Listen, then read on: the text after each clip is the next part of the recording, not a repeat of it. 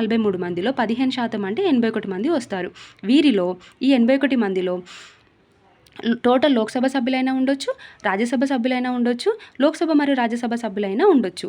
భారతదేశం పార్లమెంటరీ తరహా వ్యవస్థను అనుసరించడం వలన ప్రధానమంత్రి అత్యంత కీలక పాత్ర పోషిస్తాడు. రాష్ట్ర స్థాయిలో కార్యనిర్వాహక శాఖ ఉంటుంది.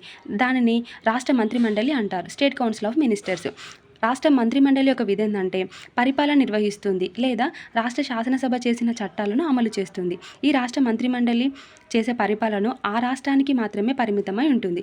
రాష్ట్ర మంత్రిమండలిలో గరిష్టంగా ఎంతమంది ఉండాలి, కనిష్టంగా ఎంతమంది ఉండాలి అని రాజ్యాంగం అమలులోకి వచ్చినప్పుడు పేర్కొనలేదు. 2003 సంవత్సరంలో 91 రాజ్యాంగ సవరణ ద్వారా గరిష్టంగా విధానసభలో ఉన్నటువంటి మొత్తం సభ్యులలో 15% మించకుండా, కనిష్టంగా 12 మందికి తగ్గకుండా రాష్ట్ర మంత్రిమండలి నియామకం చేసుకోవచ్చు.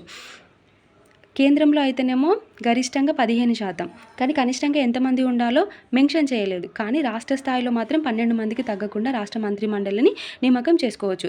ఎగ్జాంపుల్ చూద్దాం. పెద్ద రాష్ట్రంలో ఉత్తరప్రదేశ్ ఉంది, 403 మంది ఉన్నారు. దాంట్లో 15% అంటే 60 మంది వస్తారు.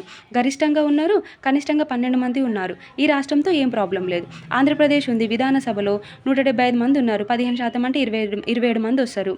27 మంది అంటే గరిష్టంగా ఓకే, కనిష్టంగా ఓకే. తెలంగాణ విధానసభ చూసుకుందాం, 119 మంది ఉన్నారు.